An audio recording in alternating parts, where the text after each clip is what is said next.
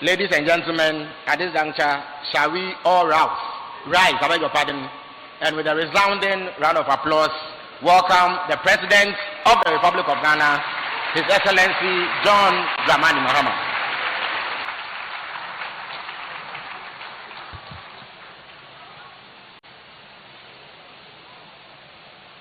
Thank you very much. Kindly resume your seats. For want of time, let me just proceed on existing protocol and acknowledge our revered traditional rulers, our members of the clergy, senior government officials, our students, heads of security services, and citizens of the Upper East region. You've heard all the presentations, and I don't intend to rehash what my ministers have said already, and so I'll just make a few key points in some of the areas that I noted, and then we'll have the opportunity to enter the interaction phase. Our visit started yesterday, and as the President of the Regional House of Chiefs told you, our first port of call was the proposed sites for the international airport. I'm happy to say that it is currently going through procurement for the selection of the contractor who would come on site to build the new Upper East Regional Airport. It will allow direct flights from Accra to Sumbrungu, which is close to Bolgatanga, and it will enhance economic activity within the region.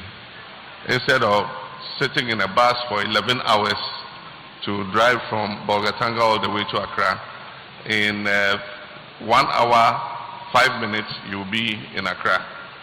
And it has a runway long enough to take all manner of aircrafts that are currently operating domestically. So you can take the jets, like the Africa World have it, and you can take the turboprops like Passion has. And so both will be able to fly in and out of Bolga. It will also enable my own presidential jets to land, and so I don't have to land in Tamale and drive to Bolga. Anytime I'm coming to visit you, we'll fly straight to Sumbrungu, and we'll be here in 50 minutes. Then from there, we visited the E-block at Paga SHS. Indeed, we commissioned it yesterday. And the Education Minister has explained what we're doing in the education space. And so we are completing 30 of the abandoned E-blocks that we started in my previous presidency that were abandoned after we left office. We're going to complete them so that children can go into them.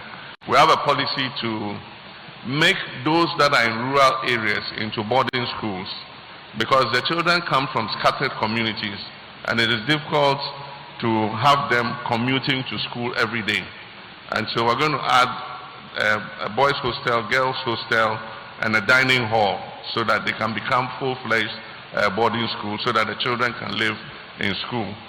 But the ones in high population urban centers, we're going to keep them as community day schools because the children don't live far from the school, so they can commute every day to those schools.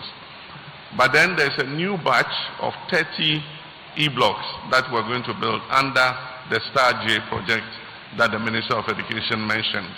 And those are going to target districts that don't yet have schools and high population density areas as community day schools. But aside from that, we're also building 16 new, completely new secondary schools all over the country. And Upper East has also been targeted for some of these new schools. We also visited the Chuchulga-Nakong, Chuchulga-Sandima Road, which is under the Big Push. The Chuchulga-Nakong is just a segment of the entire road from Bolgatang, Navrongo to Wa. And so my turn is working on that segment. And there are other contractors working on all the other lots towards Wa.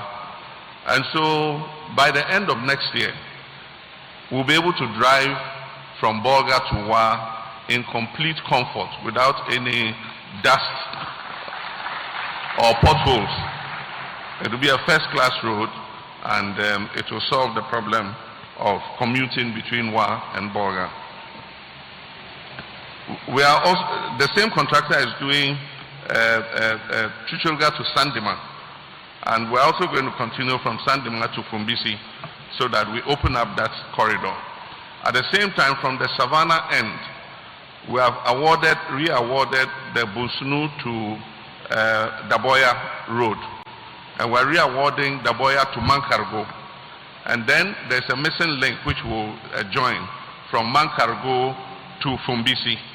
And so if you are going from Sandima or from Navrongo to Accra, you don't need to come around this way. You just go down all the way to Daboya to Busunu, then you turn left to Damango Junction, turn right, and you're on your way to Bupe and to Kumasi.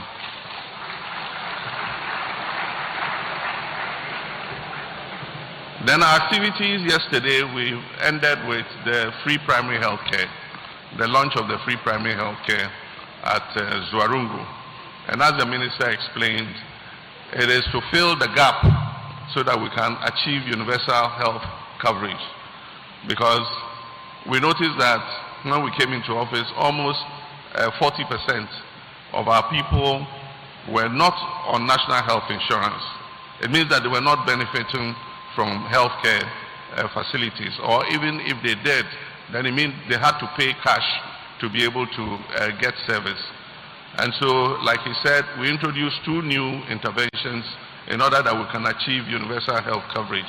The Ghana Medical Trust Fund at the top to deal with non-communicable diseases that are not covered by the NHIL, and then the free primary health care at the lower level of our health system. That is from the CHIPS compound, health kiosk, all the way to polyclinics. And like you said, if you're a Ghanaian citizen, you're entitled to free health care.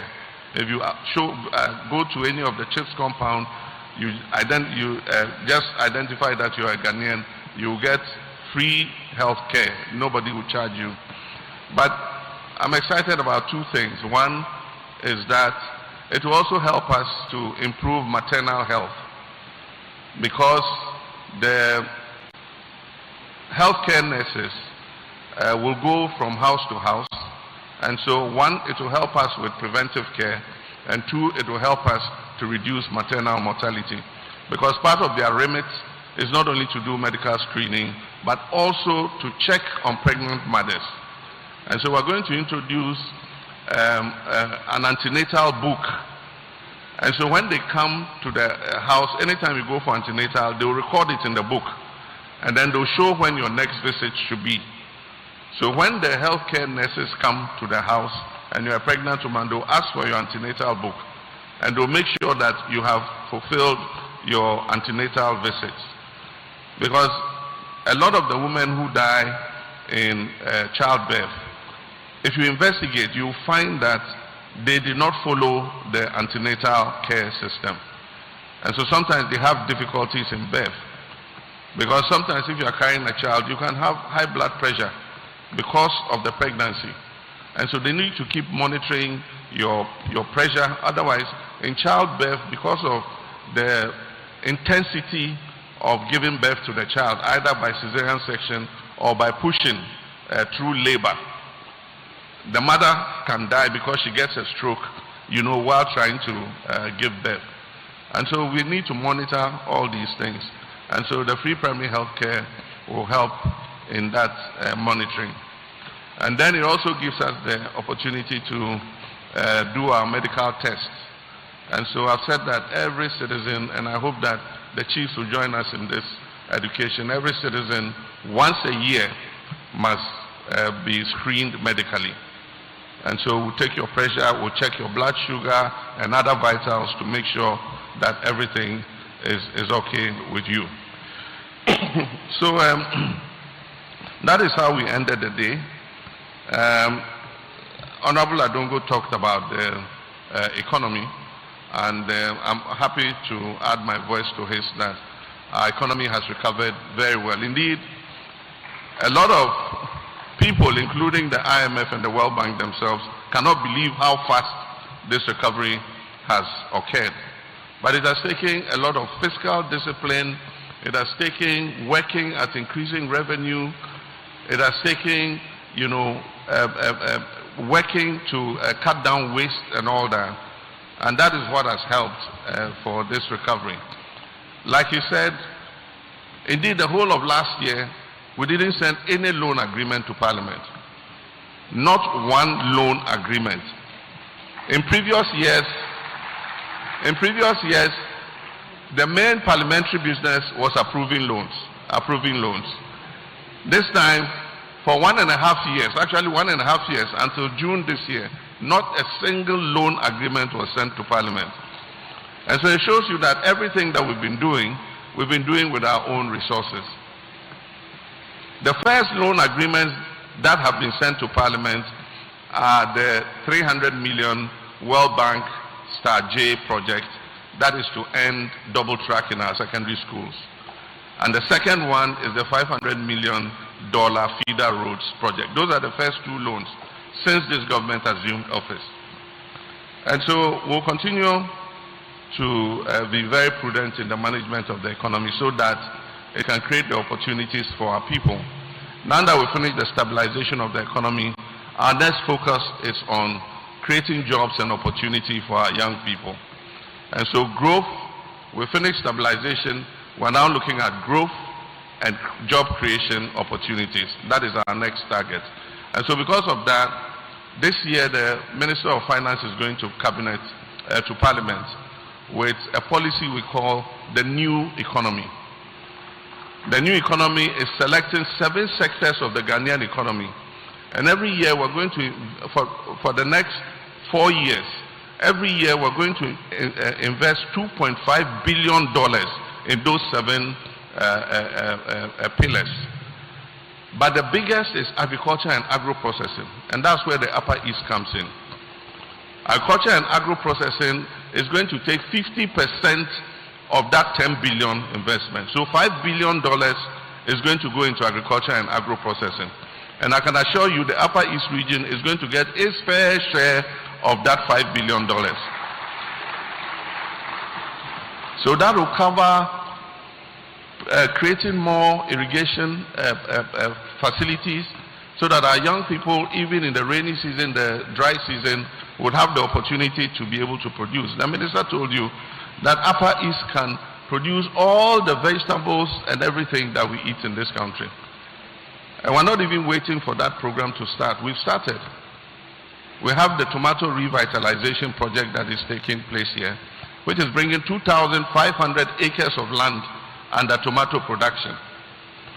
And the Pualugu tomato factory is going to be the epicenter of it. We're going to rehabilitate the Pualugu tomato factory so that we can process the tomatoes that Upper East is producing to feed the rest of the country. And so we'll finish the Tamni irrigation dam so that the 4 districts in the Boko area can also go into their dry season production, especially onion production, because we know that the Boko area has a comparative advantage when it comes to onion production. We want to cut down the amount of onions we import from Niger. And if we put enough land under irrigation, we should be able to import substitutes and produce our own onions. And so government is going to support that. As he told you, the via irrigation is about 850 acres. It has not been rehabilitated for a long time, so right now we are working on it. And by next year, all the 850 acres will be brought under cultivation. With regards to governance, he told you about the constitutional review. The minister has talked about it. Soon I'll inaugurate the Constitutional Review Implementation Committee. And their work is to take the government position paper and the CRC reports and synthesize the two. And then they will divide it into 2 segments: non-entrenched clauses and entrenched clauses. Non-entrenched clauses, we just need parliamentary approval. So those we will put before Parliament and we will vote and pass them.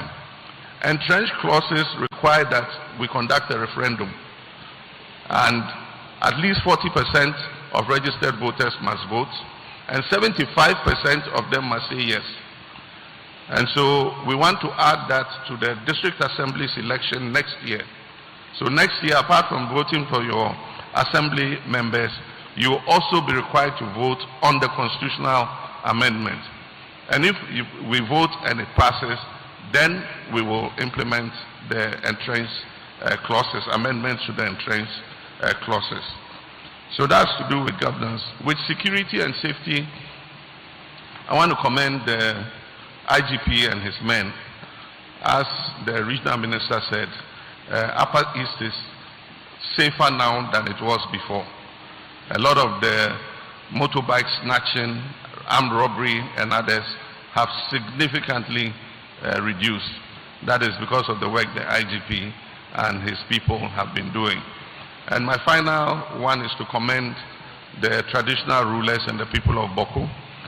Boko is finally calm. The guns have stopped sounding, and people are beginning to go about their business. I believe that if this peace continues, Boko will bounce back to its original glory as a major, commercial area of our country. And a lot of the people who left will come back. Teachers left, health professionals left.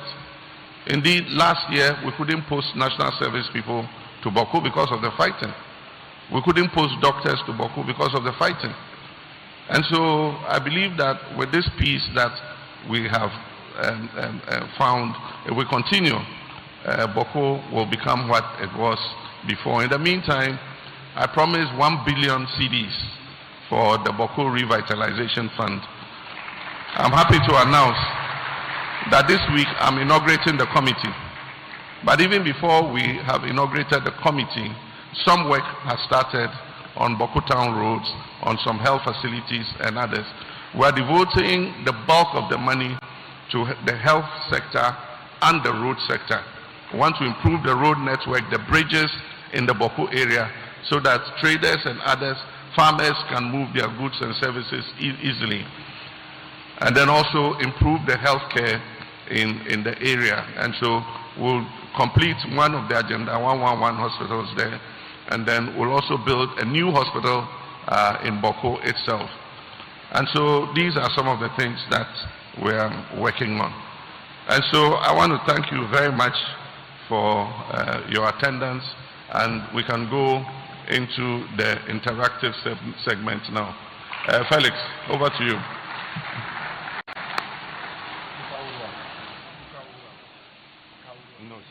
But Your Excellency, may I kindly ask that you stay with us for a few minutes.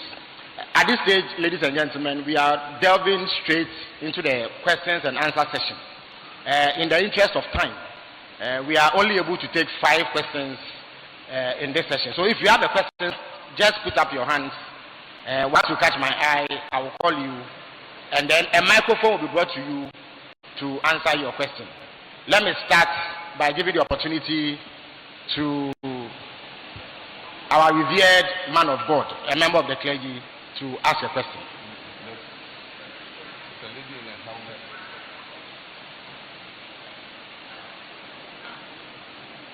In the interest of time, I request that we are very brief. Okay, so I would like to... And one question per question, please. The question, there are two questions, but the very first one is just a kind of observation. I would like to thank you very much for the information that has been given in terms of this region. But one of the things I was hoping to hear, especially of what is happening in the region, is about the mining. Because there's a lot of intensive mining going on in our region here. And we would really want to know what the impact is on the region in terms of benefit. But at the same time, also the issues of the destruction of the environment and all that. This is a major issue. I think most often we hear a lot about what is happening down south, But here it looks like the information regarding the impact of mining in the region is still very muted. And I would like to really draw the attention of the government to that. Thank That's you. my first comment. The second one... we are only able to take one more from you. With the greatest respect. Yeah. Allow him. Please go ahead.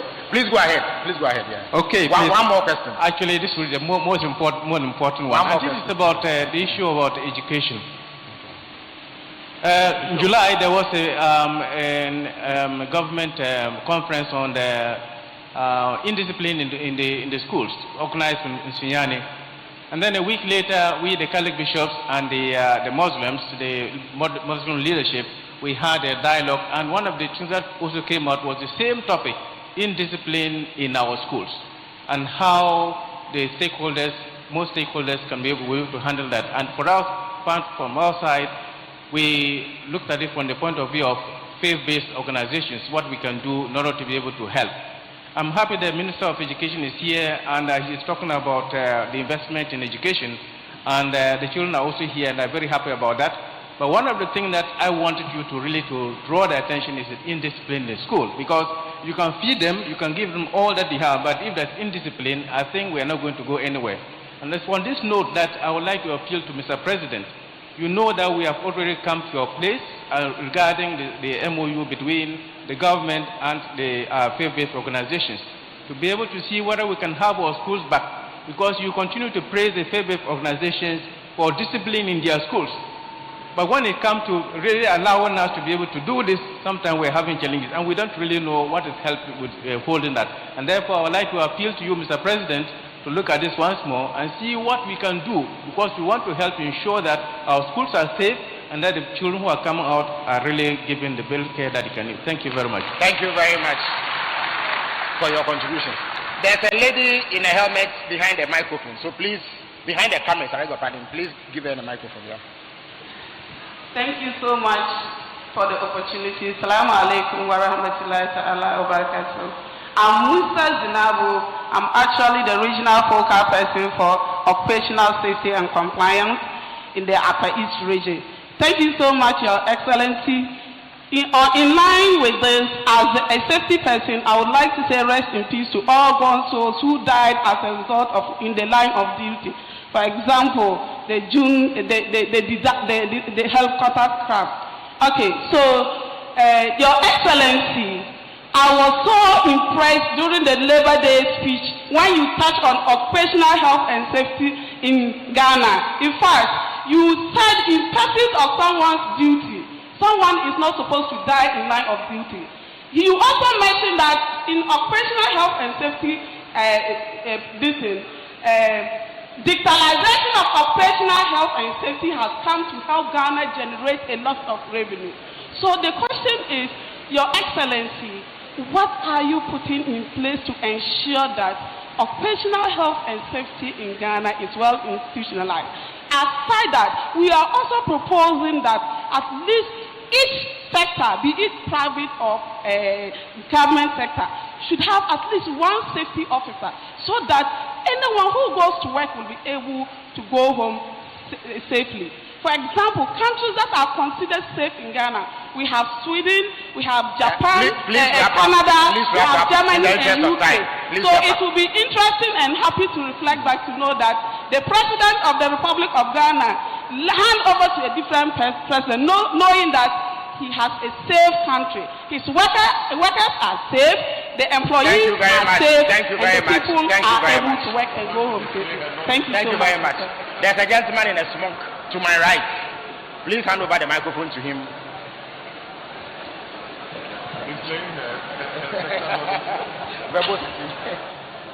Thank you very much. Thank you very much, Your Excellency. One question and very brief at that. Yes, thank you very much, Your Excellency. Mine is an appeal. Your Excellency, there is no doubt majority of Ghanaians are benefiting from the reset agenda of your government. However, poverty, unemployment, inequalities are still pronounced, especially in the northern part of the country. We have been told by a number of people, you are the first president to do this. You are the first president to do that. I want to make a humble appeal to you, Your Excellency, to be the first president to make significant public investment in the northern part of the country to unlock the huge development potentials of it so that we can bridge the South-North development gap. I've always felt that if, Your Excellency, you do not make this commitment come to fruition, we may not get an opportunity of someone who lived, born and bred and well versed with the realities in northern Ghana to be able to address the South-North development gap. Your Excellency, during your campaign tour, I had the privilege to present to you a comprehensive master development plan for northern Ghana development.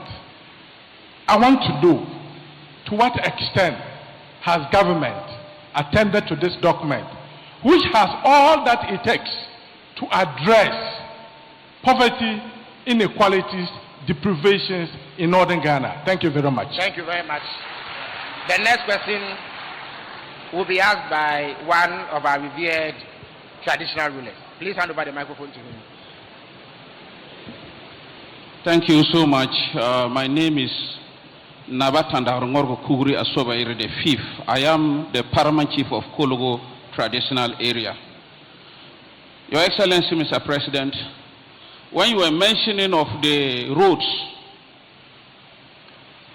I thought maybe I was just keenly listening, but Kologo Naga Road, Navrungo Kologo Naga Road wasn't mentioned. And when the Minister of Roads was doing it, I didn't hear. Kologo is the only town in Upper East here, one of the biggest paramountcy, without a police station, without a secondary school. Mr. President, I know you will consider me giving me one of the secondary schools that you are going to give to the region. Thank you so much. Thank you very much. The last question will go to a woman in the interest of gender balance. So I see a lady in a hijab at the back there. Please give the microphone to her.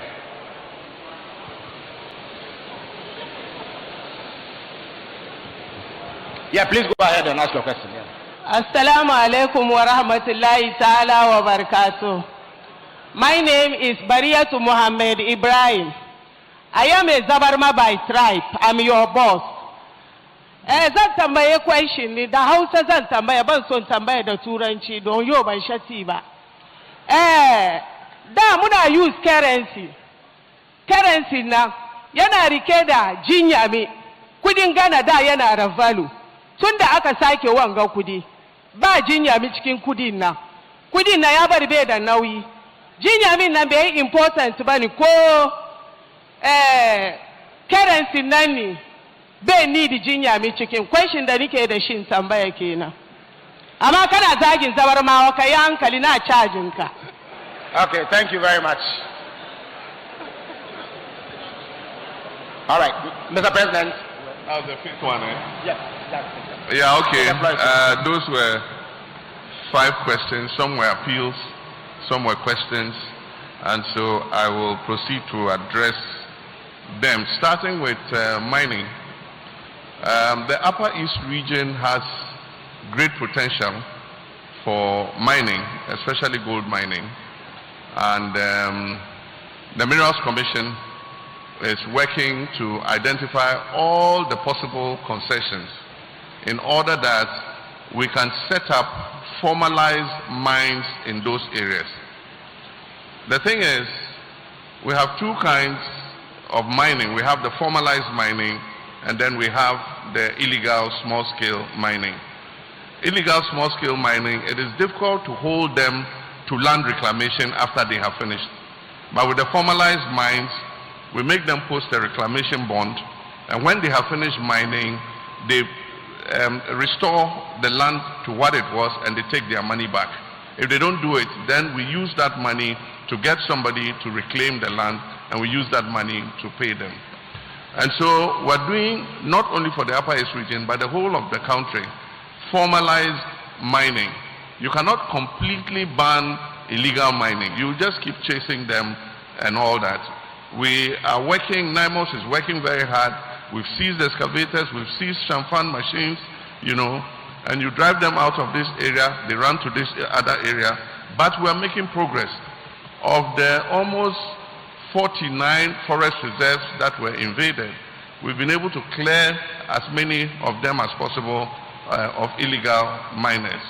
Before, what we did was, when we clear, we hand over to the Forestry Services Commission. But they don't fear the Forest Service. They go and drive the forest guards out, and they go back into the mine. And so now we put a military detachment. After we clear the forest reserve, we leave a military detachment there. And that means we have to spend more money. One, you must feed the soldiers. You must provide them with the logistics to continue to stay there in the forest. But we will not give up. We'll continue the fight against illegal mining. But Upper East has a good potential, and mining can create jobs, but we need to make sure that these are formalized mines so that they can employ our young people to operate. A few years ago, Cardinal Mine opened in this area, and you should already see the number of people who are working in that particular mine. In Upper West, they have the Black Volta mine development coming up. There are several other areas that we can see the potential for proper mining so that it can produce more jobs for our young people. But our target is to formalize the mining activity so that we have a greater control over it than the current scattered illegal mining that takes place. The advantage with the Upper East region is most of the places where the gold is found in rock. And so it does not create the kind of environmental destruction that we see in the south. The gold is found in rock, and so they blast the rock and they process it and take the gold out. And so it doesn't create the kind of same extent of devastation that we're seeing in the forest in the south. And so that's a fortunate thing. The second question was about indiscipline in schools. The problem is partly technology. When we were growing up, we had value systems that our parents taught us. We had value systems and morality that our religions taught us. If we had to gain any knowledge, we had to go to the library and read books. We used to watch one channel, GBC, and GBC gave us the programs that promote our values and our culture. The children of today have access to knowledge that we couldn't have imagined when we were children. They have the new media, they have AI, they have ChatGPT, they have Netflix TV. Indeed, on that little phone that they have, when you give your child a phone, know that you are opening him up to both positive and negative. So when you give your child a phone, you don't control the phone, put checks on the phone. He is exposed to so much information from across the world, some of which affect his value system. So it goes even beyond our parenting and our morality in terms of our religious faith. And so it's a wider problem than we envision. But they bring these values they take from those gadgets into school. And so in one school, a child takes his father's gun, takes it to school. Apparently the gun is loaded and it discharges. And it injures a girl. She went blind. She had to be flown out to work on her eyes before she regained her sight. I mean, there are so many acts of indiscipline. And when a teacher is enforcing discipline, a housemaster, the students gang up and say they don't like him. They go and attack his house. in some cases burned his house down. And so, yes, it is a problem that we must work together to solve. Both government and the faith-based institutions. We have noted the roadmap that was presented by faith-based institutions, faith-based organizations, to have a greater say in the schools that they established. And government is not averse to it. We're not averse to the faith-based organizations having a greater say in how their schools are managed. And so I can assure you, Reverend Father, that that is a process that is ongoing. And I am a person of faith, and I've done my best to bring my children up based on the values that I was also given. But there are many cases where children break loose and become something else other than what you intended them to be. And so it's something that all of us need to work on. And that is why even the Minister of Communications is proposing to implement a system that prevents children under 16 from visiting certain sites on their phones. If we do that, that will help to protect our children. But like I said, we are not averse to increasing the roles of faith-based institutions, organizations in the running of the schools that they establish. Madam gave us a lecture on occupational health and safety. I'm not an expert in that area, so thank you very much for everything that you said. But we've been working with the TUC. Safety is important in any economic activity, not only in factories, but in agriculture. How you handle pesticides, you must follow the rules of handling the pesticides. Otherwise, you can poison yourself, you can poison the crops, and the crops will poison people. If you are operating a heavy-duty machine, you must follow the guidelines for operating the machine. If you are going to move the machine, it is said that you must blow the horn, ping, so that anybody around will move away before you move. Otherwise, you could end up killing somebody or hurting somebody. So occupational safety is in almost every sector of endeavor. And what must happen is, in any of those economic sectors, they must have guidelines for safety. If you go, for instance, to the mines have very strict safety instructions. And if you breach the instructions, you can lose your job for not following the safety guidelines. And if there's an accident on site, they set up an investigation to find out why the accident happened, so that they can put in safeguards so that it doesn't happen again. So it's something we must all take seriously. And like I said, we and organized labor are working on that. Indeed, many of the things we talked about in respect to investments and in respect to what I said about the new economy is going to help bridge that inequality. Because when I talked about agriculture, I said that the Upper East region has a comparative advantage.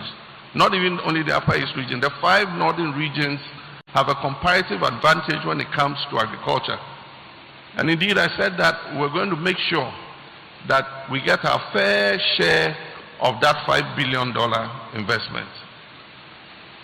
And so, if you look at the North and the South,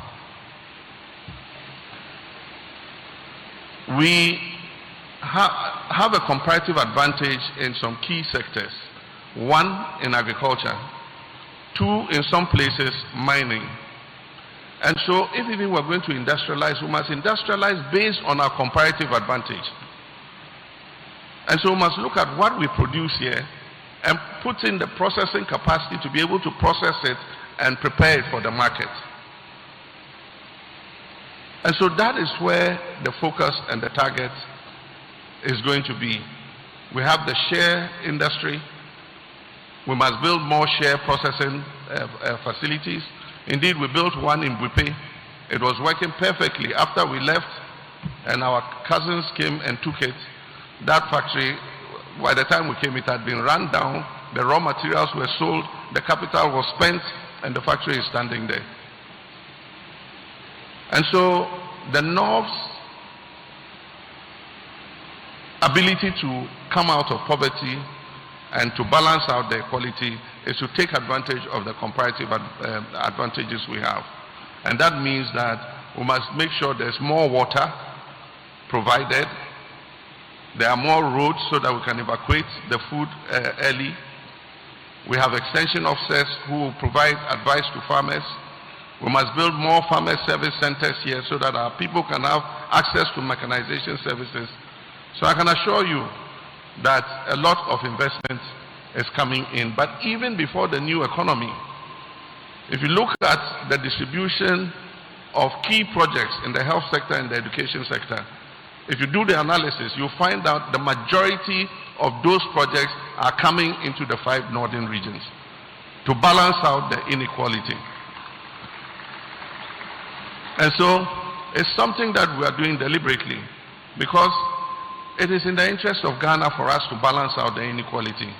Otherwise, what is happening is there's a steady drift of population to the south. And when that population drifts, then it puts more pressure on the social services in the south. It's not in anybody's interest. So it's in the interest of the south for the north to develop so that our population can balance out. And it's not us who are saying it. It was captured by the African peer review mechanism. The geographical imbalance between the north and south, the African APRM, when it was done in Kufuor's time, the first time the report was published, it said government must work to balance the inequality between the northern part of the country and the southern part of the country. And so since then, a lot of investments have been made. And I can assure you, during my term of office, we'll make sure that we even increase the investments in education, in health, in agriculture, in the 5 northern regions of this country.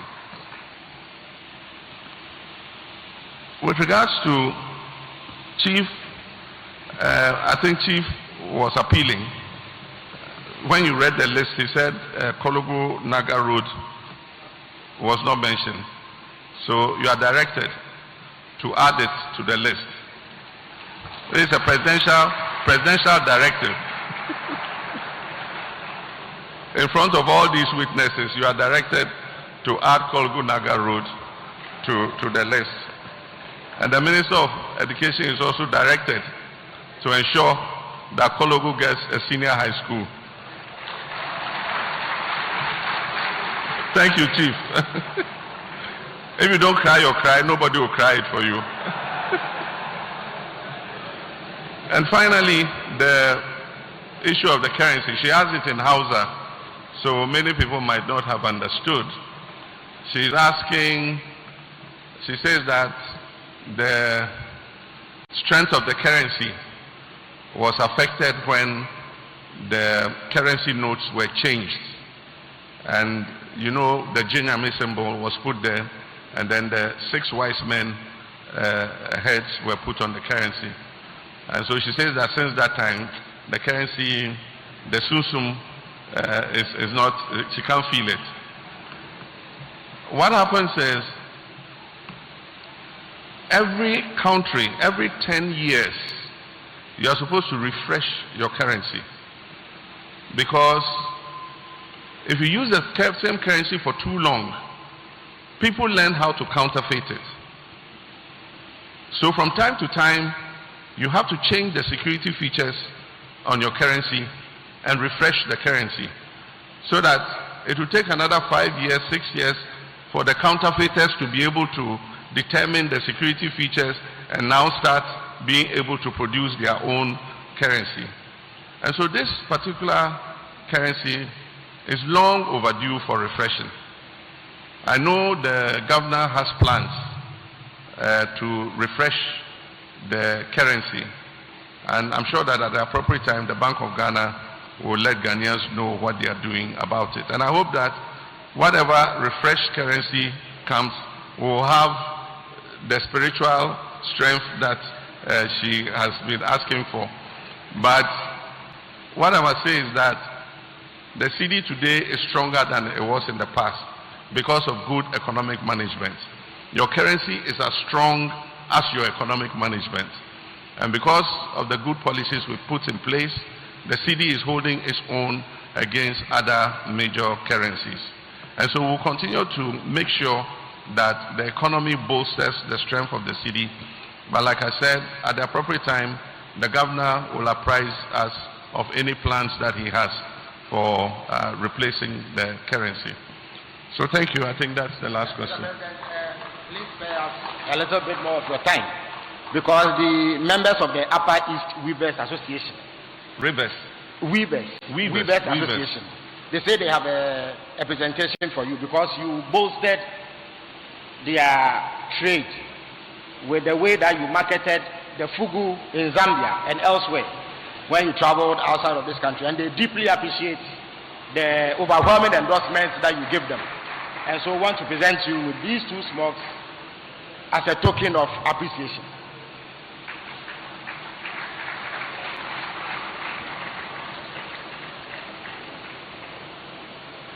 Thank you so much, Your Excellency, the President of the Republic of Ghana. I am Priska Nambomiyenzi, the Regional Director for Upper East Regional Museums, and the Queen Mother for Napalek Nangodi Traditional Area.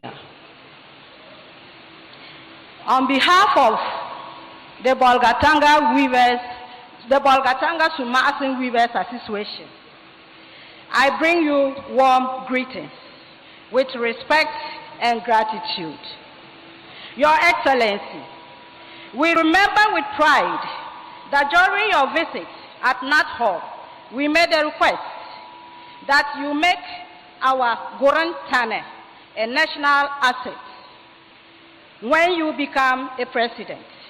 Yes, indeed, you have become the president, and you have made our request feasible by declaring Wednesday as a day for everyone in Ghana to wear Goran Tane.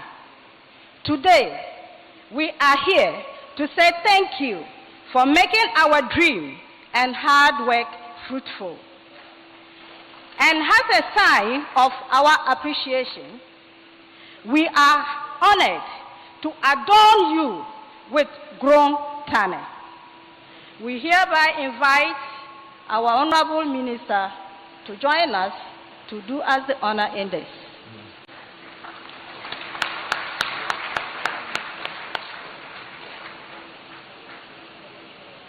Let's go. Thank you. Okay. It's Lewis on this one. Thank you so much, Your Excellency. We present this to you not just for beauty or for decoration or just for looking good. We present it to you because it represents our culture, our identity, and the hard work of Bolgatanga Sumasim Weavers Association. We do this so that the whole nation would see that Bolgatanga is your home. Your Excellency, we believe in your vision and hard work. We are ready to work with you. Get us closer than we are by making support and funding opportunities easily accessible to us. Your Excellency, Baraka, Tipo Osia, Mpo Osia, Mungode, Akele, Akpe, Oyuawodo. Thank you. Thank you very much, Bolgatanga Weavers Association.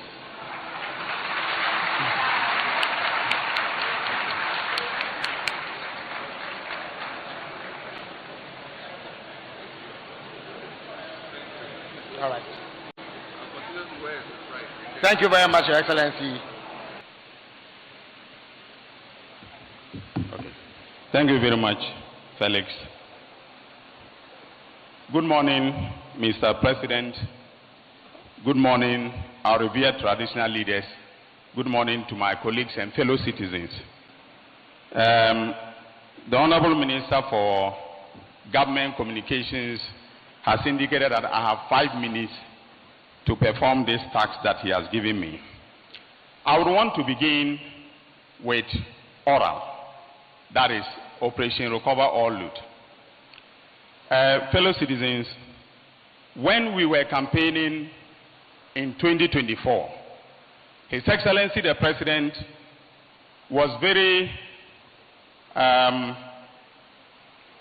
straightforward and set in his mind that the wrongdoing that occurred, the corruption that took place under the 8 years of Nana Addo Dankwa Akufo-Addo would not go uninvestigated.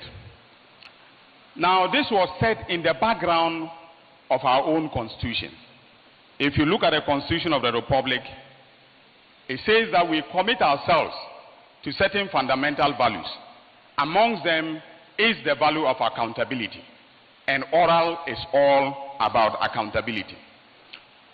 That is why His Excellency, the President, when he won and took office, and even before he was sworn in, he set up a committee known as the Operation Recover All Loot Committee. That committee did some preliminary work, handed over a comprehensive report to my office. We built 34 dockets out of the report of the oral committee. All investigations on the 34 dockets have been completed and preliminary findings have been made. A lot of them are being prepared for filing in court. But I must say, fellow countrymen and women, that investigations are a painstaking adventure. They are multi-layered. And His Excellency has always been very, very, very keen to ensure that when we are doing investigations or when we are doing prosecutions, we are not in any way leaving any stone unturned in a way that will let it look like he's engaging in persecution of political opponents. And so we do not only investigate using the agencies of state such as the BNI and the economic and organized crime, but we also investigate by doing forensic audits. And that is how come that the National Cathedral audit was ordered by His Excellency. The Auditor General procured the services of PwC that has submitted a report to that effect. My fellow citizens, the cases in court that we have filed so far are doing very, very well. In fact, I had occasion to mention that I am the first Attorney General in the history of the Fourth Republic to file 5 cases in court in 1 year. And Your Excellency, I want us to look at the record that we inherited as far as the prosecution of corruption in our country under the Fourth Republic is concerned. So, when we came into the Fourth Republic, from 1992 to 2000, that was when there was a change in government. And the first case to have been filed that dealt with corruption was Republic versus Victor Selome. And if you recall, that was a case in which the fast-track high courts had been set up by the Kufuor regime in order to make sure that corruption cases are fast-tracked. That case took 6 months, and it was because the MPP wanted to demonstrate that the fast-track courts were actually working. Then it was followed by Republic versus Ibrahim Adam and 4 others. That is the quality grain case. That case took us 23 months. That is roughly 2 years. Then we had Republic versus Chachuchi Kata. That is that started on the 9th of October and ended on 9th of October 2002 and ended on 18th June 2008. roughly 5 years and 8 months. Then we had Republic versus Daniel Aburapi, which started on the 14th of October 2002 and ended on the 5th of February 2007. That is 4 years and 4 months. So the narrative that is going on by the MPP that oral is delaying is not true. In fact, our cases are going faster than any other case that has been instituted in the Fourth Republic. So, for instance, we have concluded our case in the SkyTrain. In other words, the Attorney General has closed his case in the SkyTrain. We are nearly done with our case in Republic versus Edu Boahen, which is the National Signal Bureau's case. And most of the cases are also advancing faster than, the record time. So the negative narrative, which is being peddled by the MPP to the effect that the cases are not going well, that the Attorney General is losing the cases in court, is one that is meant to divert public attention away from the diligent investigations that have been conducted. In fact, our investigations have so far been very well done, to the extent that if you look at the National Signal Bureau's case, we have submitted all the documents relating to how the monies were moved from a public account into a private account and how it was spent privately. So, for instance, I want to give an example. If you take 16.5 million Ghana cedis of public funds, put them into an account of a company belonging to you and your wife, and spend it for private purposes, and the documentary evidence has been placed before a court of law, tell me how anyone can say that the Attorney General, after placing this on record, is losing the case. Even common sense will tell you that this is a case that is so watertight. But I do not want to make any prejudicial comments because the cases are in court. Then I need to underscore one point. Oral is not just about the 34 dockets that have been built.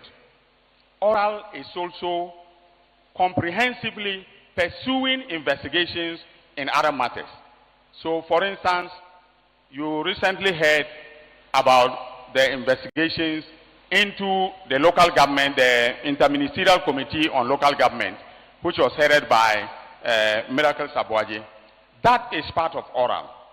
We need to look at it comprehensively and not only look at the 34 cases that have been built out of the oral committee report. So, ladies and gentlemen, on record, oral is doing a fantastic job, and the people of Ghana will begin to see the results of the prosecutions sooner than later.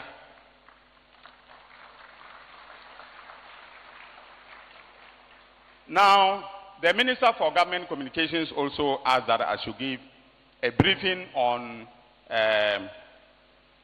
the constitutional review process. So, His Excellency the President set up the Constitution Review the committee in January 2025. He tasked the committee with going around the country, conducting consultations, and coming back with the views of the people of this country regarding how we can fine-tune the Constitution in order to better serve the needs of the people of the country. Now, remember that, and I mentioned this yesterday, that Article 1 of the Constitution is very clear, that all powers of government must be exercised in the name of and for the welfare of the people.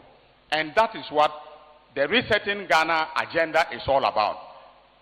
Making sure that when governmental power exercised in any way, it will be to the benefit of the people of the country. And so the committee went to work. His Excellency had given the committee 6 months to bring back its final report. The committee asked for an extension and eventually brought their report in December 2025. That report was a summary. It was not a comprehensive, the final report. So we reviewed it, and then in February 2026, the final report, which was about 700 pages, was presented to government. Both the President and Cabinet thoroughly reviewed that report. We did about 3 Cabinet meetings, including a whole weekend Cabinet retreat presided over by His Excellency the President, which then looked into the recommendations of the committee in order to determine which ones to accept and which ones to reject. When we carefully studied the recommendations, we came out with our position paper, which was published, the government position paper, which was published in July, that is just last month. Now we are in the process of setting up the Constitution Review Implementation Committee, and I believe that His Excellency will be swearing them in this month to kickstart the process of implementing the accepted recommendations of government. And it entails 2 things. One is that there are provisions of the Constitution that are non-entrenched provisions. Those will be put in a bill titled the Constitution Review Amendment Bill number 1, 2026, and that bill will be presented to Parliament. But it will take us about 3 months to be able to do that, because under the Constitution, the bill needs to be gazetted for at least 3 months before it can be presented to Parliament. So in terms of our timelines, the idea is that by March 2027, the Constitution Amendment number 1 bill will be presented to Parliament for us to begin the process of passage. The entrenched provisions will be amended through a process in the Constitution for the amendment of entrenched bills, and that requires that we take the bill to a referendum. So the Constitution Amendment number 2 bill will be gazetted for 6 months, and thereafter it will be presented to the people of this country for them to approve its content. And when they do, it will now come back to Parliament for enactment. What it means is that we must have at the referendum 40% of Ghanaians turning out, and then out of the turning out to vote, and out of the 40%, 75% of them must approve the bill so that it can then come to Parliament for enactment. And once it comes to Parliament, the President and Parliament cannot change anything in it. It will be sent to Mr. President, and Mr. President will then sign it into law, and the amendments would have been completed. So basically, in summary, this is where we are with the constitutional review process. But I want to assure all Ghanaians that as far as the 2 processes are concerned, everything is under control, and His Excellency the President will ensure that a good work is done. I want to emphasize the fact that His Excellency the President, as far as oral is concerned, will never approve that in my capacity as Attorney General, we engage in any persecution of a political opponent. I thank you, and God bless you all. Thank you very much, Honorable Attorney General. The Honorable Haruna Idrisu will now mount the stage to bring us up to speed on developments in the education sector.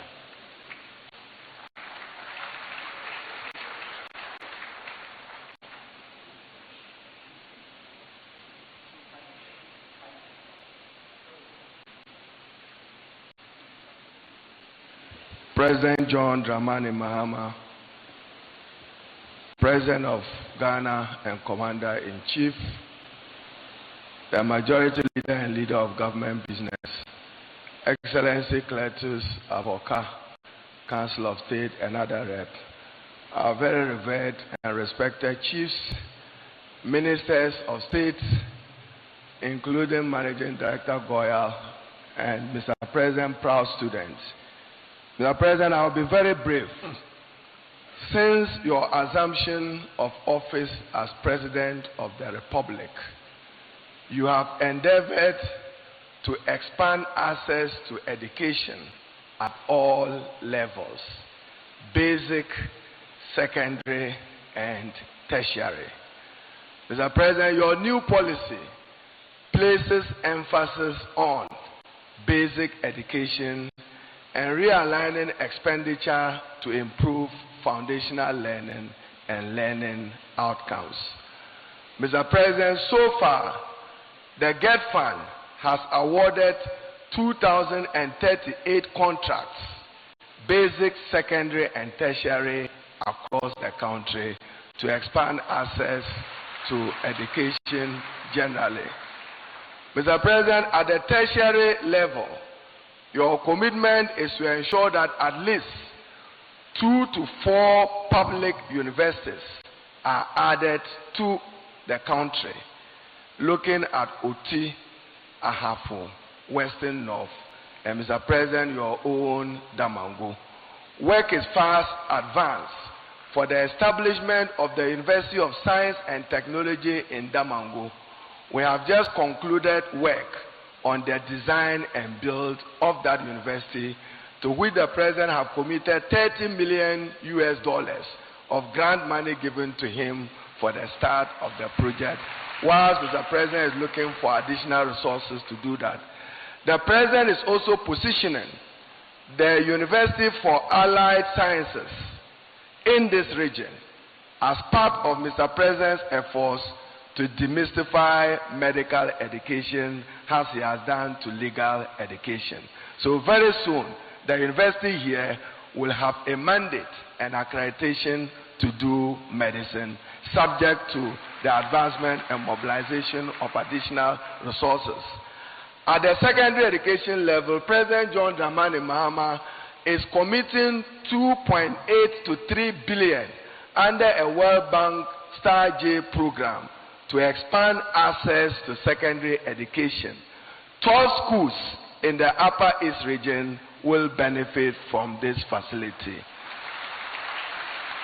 Mr. President, I just reached out to the Honorable Minister for Finance, and he indicates to me that one of the secondary schools in Bolgatanga, he has signed a Badia agreement of $42 million. One of the secondary schools here will benefit from an expanded state-of-the-art institution of STEM in this region. Mr. President, let me conclude by saying that under President Mahama, free senior high school has come to stay. I see our proud students from Zamstek, and also the President visited Borgis. I know that there are attempts to encroach on your land. We will deal swiftly and decisively with that private person who wants to take over the school lands and all other school lands in the country. We will be expanding some of your facilities. Under President John Dramani Mahama, 2 special needs education schools will be constructed in Ho and Sinyane. Work is about commencing on 2 regional libraries in the Ahafo region and also in the Volta region, funded by the District Assembly Common Fund. So for President Mahama, at least I can say that cost of living is better than it was in 2024. If you look at the diggings and the performance of the economy, of a strengthened currency, a low inflation rate, and a restructured and reduced debt, President is remobilizing resources. I cannot, Mr. President, conclude any comment in the Upper East region without touching on the Bolgatanga Technical University. We've gotten some funding from the Italians, and part of it will be used to retool some of the universities. So for President Mahama, it's expanding access. The students in Zamtek will confess that there is no food shortage at all. Thanks to President Mahama and uncapping GET Fund, the schools are adequately fed with funding from GET Fund, supporting the buffer stock and Ghana commodity exchange. So for us, free senior high school has come to stay. But President Mahama is reviewing it has reviewed it, and his response is, I'm expanding infrastructure, I'm providing for the feeding, and I'm providing for quality assurance. Let me use this opportunity to thank you, to thank the President that he knows that education remains a priority for the Upper East region. My own school, Navrongo Secondary School, is benefiting from an assembly hall and expanded dormitory as part of the Get Fund initiative in this particular area. So support President Mahama under his research, and education is the better. I thank you. Thank you very much, Honorable Education Minister, for that crisp presentation. Now, the Minister for Food and Agriculture, the Honorable Eric Opoku, will brief us on how his ministry is supporting agriculture in the Upper East region and ensuring food sufficiency for the whole of the country. Thank you very much. Thank you very much, Moderator. Your Excellency, all protocols observed. We from the Ministry of Food and Agriculture have the responsibility to ensure that Ghana attains food self-sufficiency. We introduced what we call the Feed Ghana program. Under the Feed Ghana program, we campaigned across the country that everybody in this country must participate in agriculture. We encourage school farming, we encourage faith-based organizations to be part of agriculture, and indeed we encourage entities, state agencies to also participate in the process. When we assumed office, Ghana has experienced two major disasters. The first one was the spillage from the Akosombo Dam that devastated farms in the Volta enclave. The second one was the spillage, the dry spell that occurred in the northern enclave. That also destroyed farms valued at millions of Ghana cedis. And so there was shortage of food. And Ghana, the government of Ghana, was at that time importing rice, maize to supplement local production. Food inflation at that time, in January 2025, food inflation was 28.3%. After 1 year of the implementation of the Feed Ghana program, food inflation reduced significantly.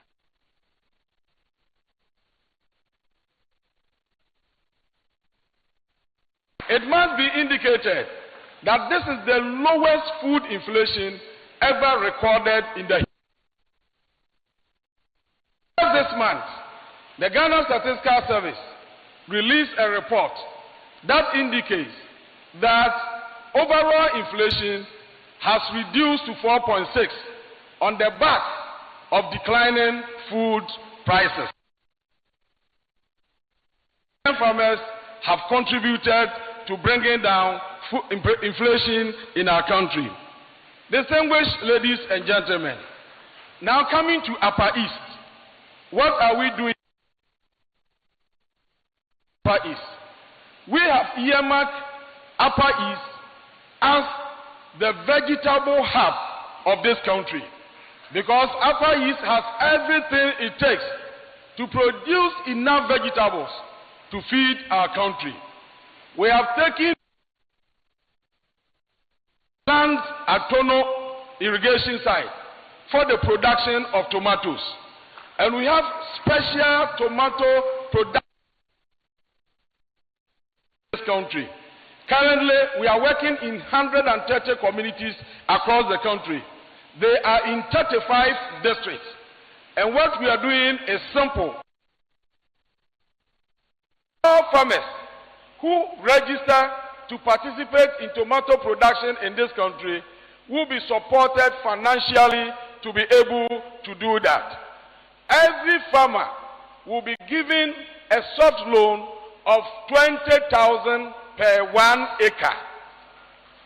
With insurance, out of the 20,000, you pay for insurance cover of 1,200. So should in case of any disaster that destroys the farm, insurance will pay you 50,000 Ghana cedis. Yesterday, I was in Tono with the financial institution and farm mate, the buyer that the Ministry of Food and Agriculture has engaged to come and work with the farmers on the farm to produce an offtake from the farm. We are doing this to reduce post-harvest losses. Your Excellency, post-harvest losses in Ghana cost us $2 billion annually, equivalent to 30% of all our agricultural produce. It does not make sense that farmers will invest their time, their energy, all their resources to produce, and 30% will go waste. So to address this, we have the buyers on the field. They will work with the farmers, produce, and when they harvest, they will buy and pay them. We are doing this at Tono. We are going to Via. I have the assurance of Mr. President that within a matter of 3 months, we will complete the right bank of Tono and then of Via and operationalize it immediately. So all the 850 hectares of land at Via will be made useful, will be given to the farmers, and immediately they will start producing all year round. Then when the regional minister was speaking, he mentioned lack of irrigation in Binduri, lack of irrigation in Boku West, lack of irrigation in Katsina Nankana and in Taransi district. Your Excellency, we have awarded contract for the construction and installation of solar-powered micro-irrigation systems. Solar-powered micro-irrigation systems. And contractors will be on site within the next 2 weeks to start constructing and installing irrigation systems to enable our people to operate. Again, on the issue of rice glut, fortunately or unfortunately, last year, Ghana witnessed a bumper harvest. Our farmers produced so much that the market was unable to accommodate.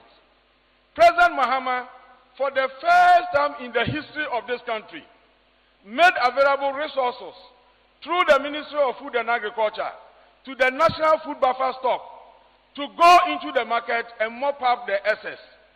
As we speak today, all our warehouses, our silos are full. We have more than 20,000 metric tons of grains stored. So in case of any emergency in this country, the government of President Mahama is ready to provide grains to support the citizens of our country. Unfortunately, we have one challenge to deal with. That is the glut of rice on our farms. In fact, when I came to Bolga, many of the farmers that came to me said that, when are you people going to procure our rice? President Mahama has given us resources, and Buffer Stock has started awarding contracts to millers. In fact, in Akko, we have given contracts to a private entity that is working with ICO. The contractor is supposed to buy the paddy rice, mill, and then transport to the National Buffer Stock. We have instructed them that if we hear that they are not buying from our farmers and that they are buying from other sources, that contract will be terminated immediately. And so all the rice farmers here in Garden, we want you to have the assurance that within the next 3 months, all the rice that you have, that we are not getting market, government of His Excellency John Dramani Mahama will buy all the rice for us to feed our students in the various schools. At the end of this month, the National Food Buffer Stock will publish the list of all the millers that we have contracted to buy the rice. We will publish them in the Daily Graphic, in the Ghanaian Times, and all the papers, and also announce on all our radio stations for every farmer to know where they are located so that you can send your rice there for it to be bought. The good news is that We will not allow them to buy the rice cheaply. We are going to offer reasonable prices so that farmers can earn something significant from their sweat and labor. This year, we have procured 730,101 bags of inorganic fertilizer, equivalent to 37,000 metric tons. We have also procured 190,561 liters of organic fertilizer.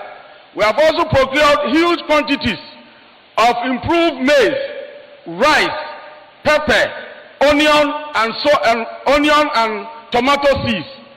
And we have distributed across the country free of charge to our farmers. We are doing this for one important reason. It is an emergency cushion in response to the low prices occasioned by the glut we have experienced this year. The president believes that farmers did not get enough income to be able to procure this input.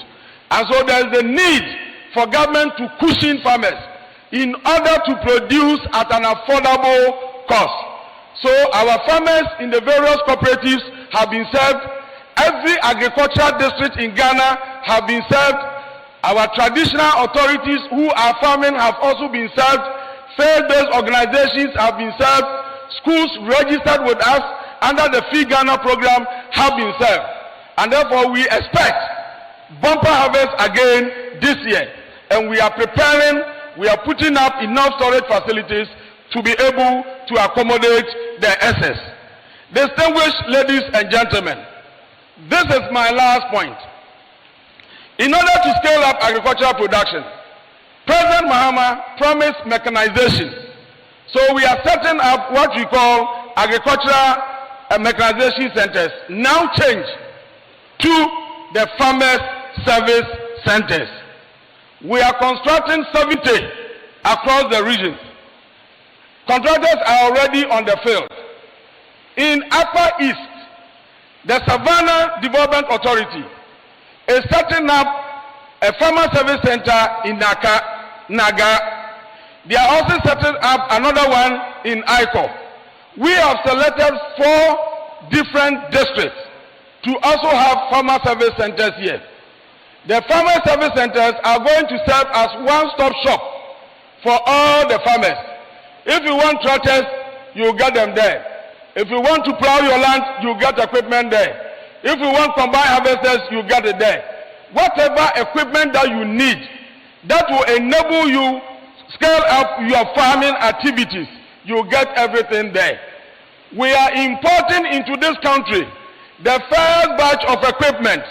It has never happened in the history of Ghana that a government will at a point import agricultural equipment and implements numbering 1,840 into Ghana. It has never happened except under President John Dramani Mahama. We are bringing in tractors numbering 440 tractors, and that is the first batch. In the second batch, we are adding 660 to make a total of 1,100 tractors. This has never happened in the history of our country. Now we want agriculture to transition from agriculture being a mere survival activity to agriculture being enterprise, lucrative activity for all farmers who are engaged in agriculture to earn something substantial for their livelihood. Thank you. I'm done. Thank you very much, Minister for Food and Agriculture, the Honorable Eric Opoku, for that comprehensive briefing packed into a few minutes. Now, there is hardly any region in Ghana that is not seeing the construction of major roads. And the man who has been helming that activity, the Honorable Governor Kwame Abuja, Minister for Roads and Highways, is here to brief us on the progress of work. Thank you very much. Honorable Felix, thank you very much. He just reminded me again that I have only 5 minutes, so I'll make it snappy. Your Excellency, President John Dramani Mahama and colleagues, I will stand on existing protocols and make it snappy. Fellow countrymen and women, President Mahama's infrastructure master plan road section is in full swing across the country. Every region is getting a fair share of President Mahama's road project. Indeed, this scale of road project has never been undertaken by any government at the same time in our history. You will agree with me that our great builder is President Mahama. So I call him in my mind, our president is a great builder of our country because he's building everywhere. When we got here yesterday, President Mahama took the opportunity to visit some of the projects that are closer to Bolga. So yesterday we visited the Navrongo Chuchuliga Tumu Road, and the contractor is doing very well on the site. When that project is completed together with others, it will be the easiest way to travel from Bolga all the way to Wa. Those of you who have been plying that road now will realize that many of the contractors have finished their sealing works to a large extent. Yesterday also, as the regional minister said, one of the projects President Mahama started in 2015, works actually started in 2016, was the Bolga Boku Polmakum, and when he left office, the project stalled. The previous government tried to resuscitate it. Unfortunately, our debt profile made it impossible. Now, President Mahama had directed that whatever it takes for that project to be completed by the end of 2027 has to be done. Fortunately, yesterday, he was with us on the site, and the contractors have returned to site. These contractors are not going to leave the site again until the project is finished. That is assurance we give you. This morning, on behalf of President Mahama, I went to Tongo to join my colleagues, two MPs there, to actually commence the construction of the road from Tongo, Shega to Pelengu.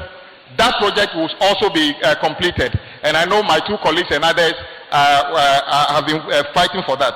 The President has also indicated that the road from Tamale to Bolga, everybody who uses it, including myself, and I'll use it again, has deteriorated. That project, when it was built, I'm sure few of our younger sisters here were not born. The road has deteriorated. It is no longer fit for purpose. It's not safe. President Mahama has directed us to work on it. We are putting it together for comprehensive reconstruction all the way to the Tamale. He's also directed that the eastern corridor from Tema all the way to Kulungugu should be done. You will notice that contractors are busy on the full stretch. The only stretch that is left, that is the stretch from Nakmanduri to Garu to Kulungugu. That section is also being prepared as we speak. And during his second phase of the big push, you realize that contractors are back on that site as well. I cannot come here and not address one issue because I have only 5 minutes. President Mahama doing the big push which addresses the trunk road and major intersections. It's also directed us to work on some feeder roads connecting other places to the feeder roads. The World Bank was using, and then my colleague, Honorable Agric Minister was there, decided to use a data and decided that the project should be done in only 4 regions. Later, we expanded it, and then we ended up in 13 regions, leaving 3 other regions, Greater Accra, Upper East, and Northeast. I know this issue has become topical. What I'm going to say here will put me in trouble in other regions. Because what I know is that some of the World Bank project we have been talking about amounted to about 40-60 kilometers in some regions. But what are we doing to make sure that Upper East have its own share of this project? President directed, and between now and next month, you realize that contractors will be on site on 18 projects in this region. So instead of getting 50-60 kilometers, Upper East is getting 267 kilometers of those roads. Yes, I know you are clapping, but I'm going to get into trouble in another region. And let me mention this road so that it is clear to everybody that this is what we are doing, and then the commencement authorization will be issued next week for us to start the procurement process. So give me a few minutes to let me just read what we are doing.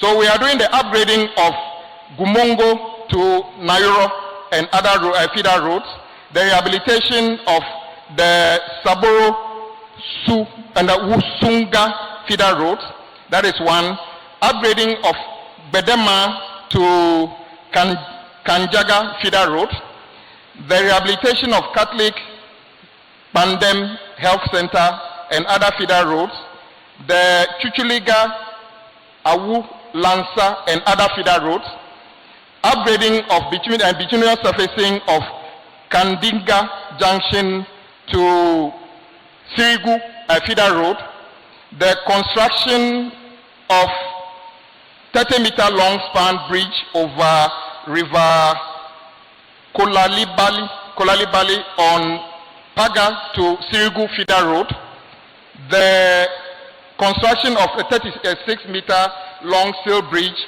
over River Gugura on Paga Sirigu road again, the upgrading of Zare Market to Zisiri feeder road, upgrading of Yakubu Kona Junction to Yakubu Kona Atia feeder road, the upgrading of Asange, Pelungu and other feeder roads, upgrade bituminous surfacing of Y Junction, Domiabra, Tampani feeder road, and rehabilitation of Bayonde to Congo feeder road, upgrading of Bongo Central to Namon road. I'm sure the regional minister is excited about this particular one. The upgrading of and bituminous surfacing of Zebila Hospital to Tanga feeder road, and upgrading and bituminous surfacing of Zebila SHS to Kukore feeder road, the upgrading of Zare Nyariga to Ayone feeder road, upgrading of Zarungu Tongo feeder road, upgrading of Boku Narangu feeder road, upgrading of Pusiga town roads, Navrongo Pungu Natumnia feeder road, the upgrading of Bayonde Congo feeder road, the upgrading of Asorekobinsi Guinea Fowl Junction to Nyariga Canal feeder road, Azimson bypass, and then many more. A total of 18 projects, 267 kilometers. That is starting by next month. Will you substitute this for a 50-kilometer road under the World Bank? No way, isn't it? President Mahama is making sure that his road projects are equitably distributed, especially to those of us who have suffered no road project within the 8 years of the previous government. We are addressing those ones, and I can guarantee you by the end of President Mahama's tenure, you will see that this region is fully open with good roads, tarred and everything. Thank you very much for the opportunity. Thank you very much, Honorable Minister, for giving this comprehensive update on progress of work on roads in the Upper East region in particular and Ghana in general. So the Honorable Isaac Adongo is Member of Parliament for Bolgatanga Central. He is also the Chairman of the Finance Committee of Parliament and a man well versed in happenings within the Ghanaian economy. He will give us a brief presentation on what President Mahama has been doing with the economy since he took over as President of the Republic of Ghana. Let us welcome him with a round of applause.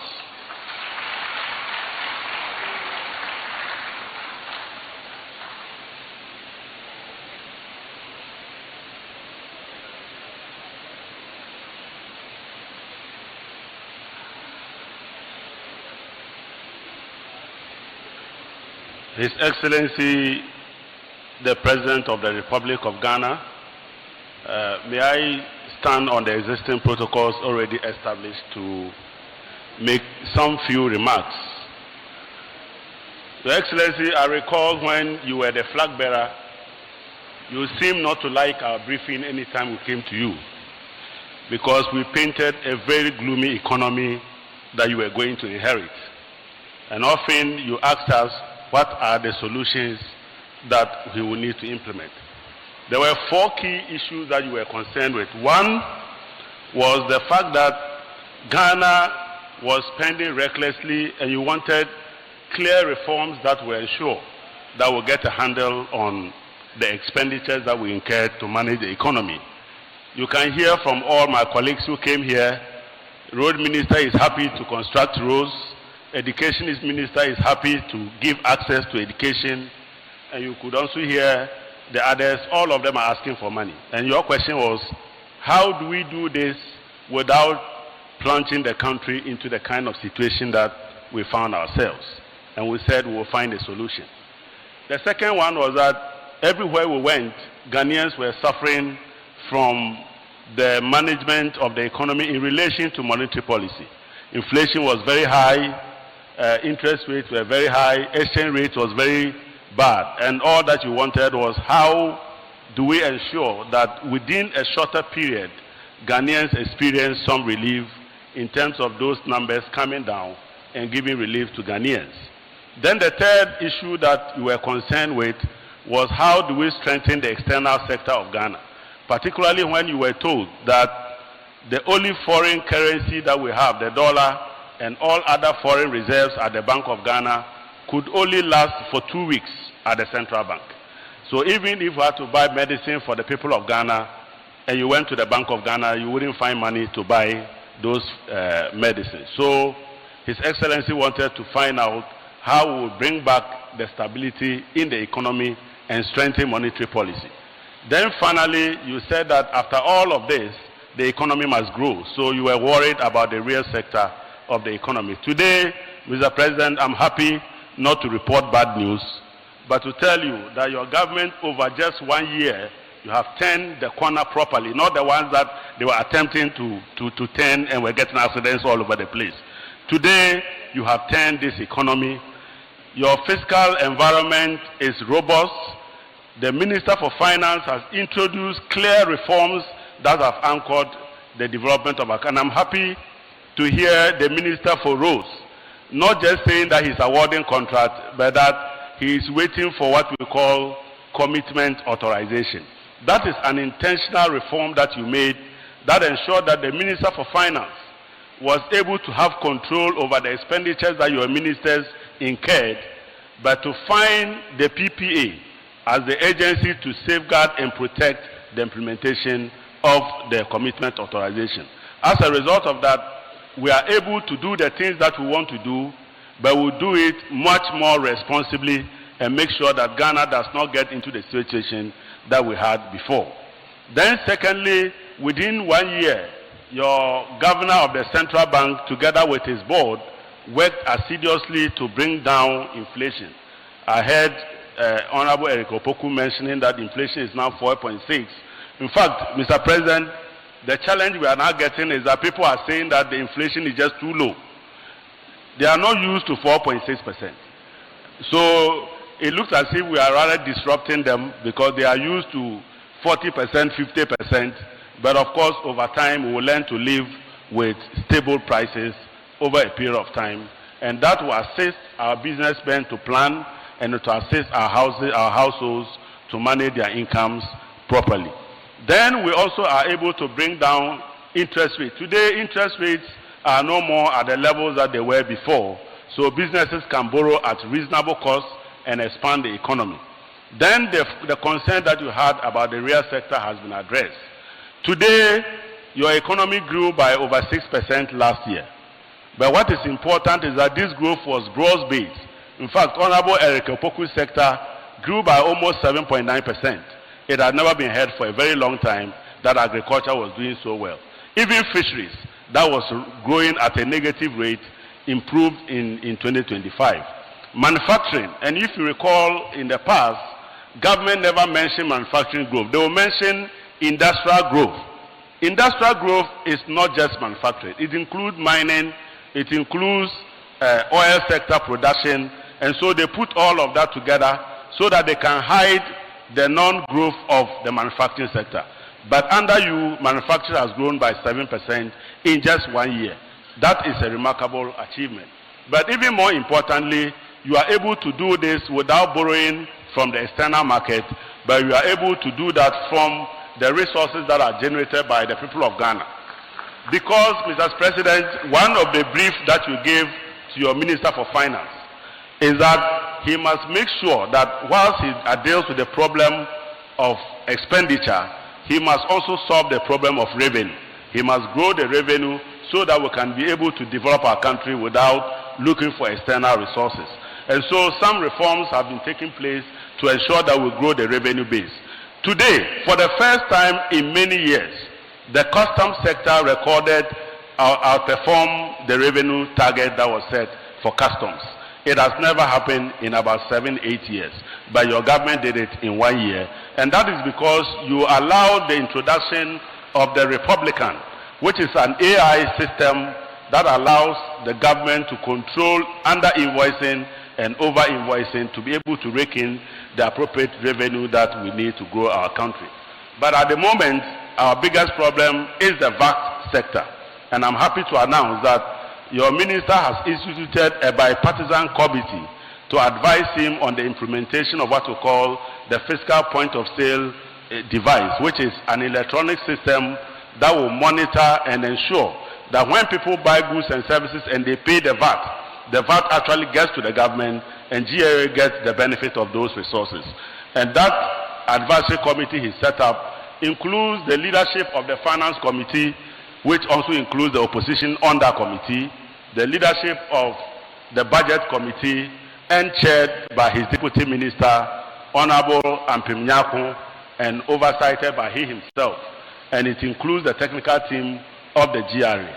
Mr. President, it is very clear that you are not only developing the country, but you are doing that so responsibly, and to ensure that we don't go back to the days when Ghana went into debt distress. You recall that before we came to power, we told you that you could not go out there and borrow, because when Ghana was going to the last IMF program, a major benchmark for IMF is that IMF does not lend into an unsustainable situation. And so before they come and give you an IMF program, they have to assess your debt levels and come to a conclusion that your debt levels are sustainable. Unfortunately, for the first time, Ghana's debt was assessed not to be sustainable. And therefore, we could not qualify for an IMF program for the first time. And therefore, we had to come back, sit down with our creditors, and find a very sharp scissors to undertake a surgical operation that was to remove the tumor that was eating into the finances of Ghana. And you all experienced it, that the finance minister had one of the biggest scissors cutting everywhere, and we used to call it the haircut, isn't it? The pensioners got their own. Those who borrowed from government also had their own. Today, you don't want Ghana to go through that painful experience again. And your finance minister, apart from doing all of this, is putting aside money to ensure that when our debt mature, we are able to pay. Only last month, we were able to settle $700 million of debt owed to our external partners that our previous government borrowed and couldn't pay. As we speak now, the minister must find $10 billion next month, in October, to pay the domestic exchange program debt bondholders whose maturities are falling due. Mr. President, anytime they tell you that you should complete Agenda 111, tell them you are completing their other Agenda 111. The debt they left for us that we need to pay in the next 2 years amount to 111 billion Ghana cedis. That is the Agenda 111 you are working with. And when you finish dealing with that Agenda 111, we will come back to Honorable Akando's 111 and we'll be comfortable to deal with it. Mr. President, thank you very much. Thank you very much, Honorable Adongo, for that presentation. Yesterday, there was a short but impressive ceremony at Zwarungu around the free primary health care program.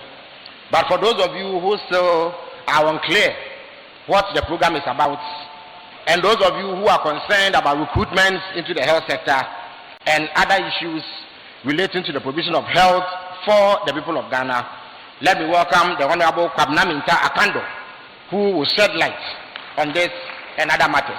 Thank you very much.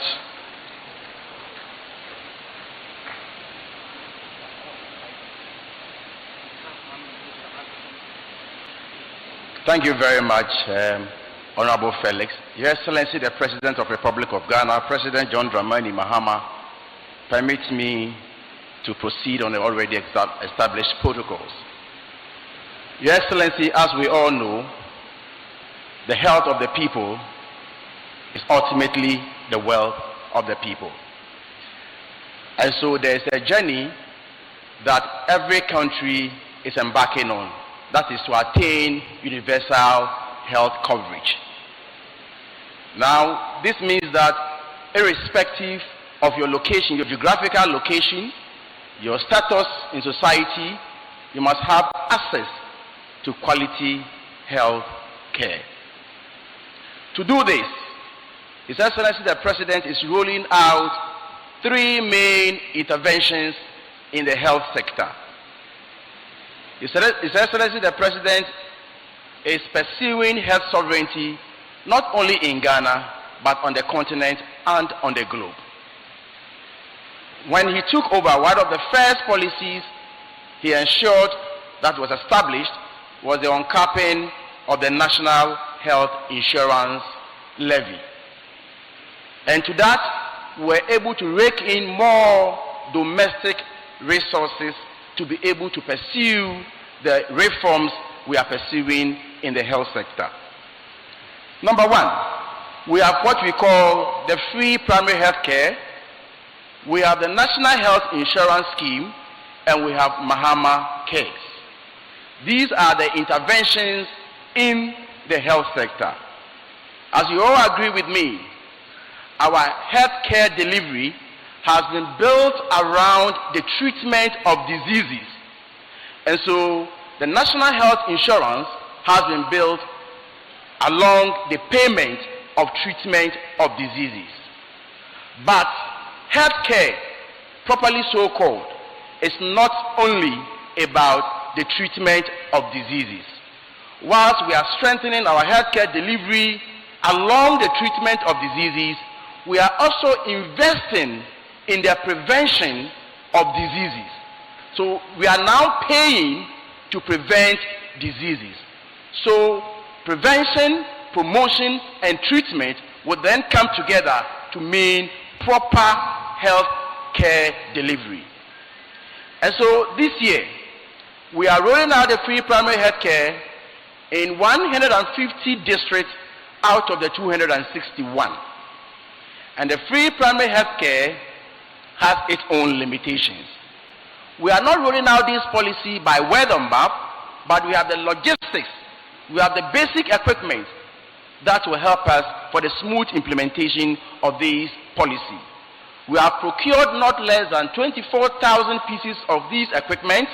We have procured motorbikes and motor tricycles that will aid the movement of these health professionals to move from community to community, from house to house, from town to town, in order to discharge their duties.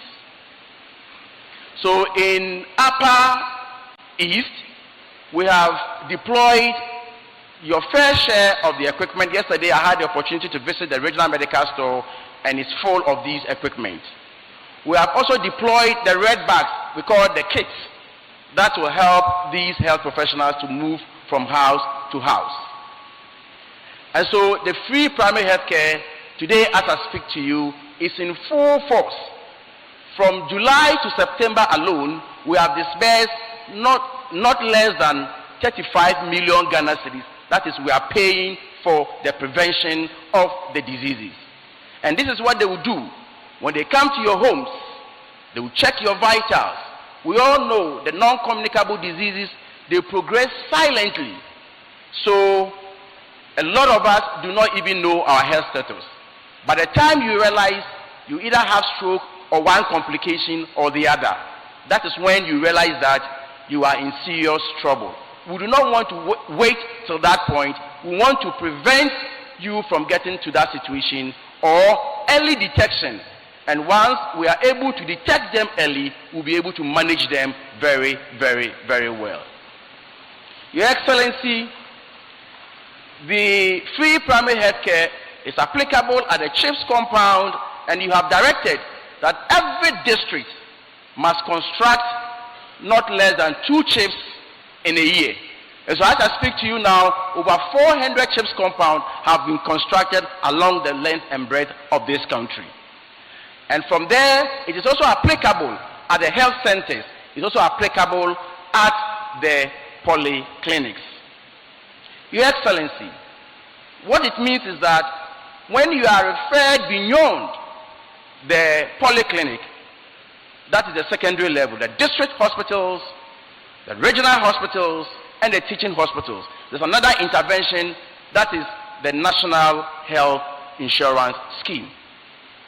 Your Excellency, we took the National Health Insurance Scheme at a coverage of 57% at the end of 2024. In a matter of less than 2 years, the records available to us indicate that the National Health Insurance has a coverage of 76%. And it is our expectation that by the end of 2028, we should be targeting 90% coverage.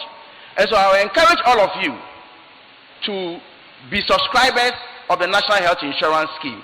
Do not say that because of the free primary health care, you don't need the National Health Insurance, because the free primary health care has not come to replace the National Health Insurance Scheme. In the free primary health care, all you need is to identify yourself as a Ghanaian. You don't need to pay anything, both curative, preventive, and promotion.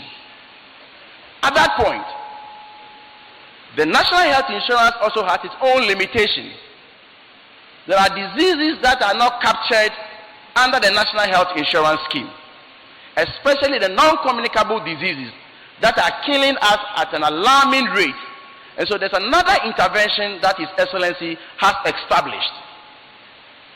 And so the establishment of the Ghana Medical Trust Fund, popularly known as Mahama Cares, is dedicated towards the funding of non-communicable diseases like the cancers.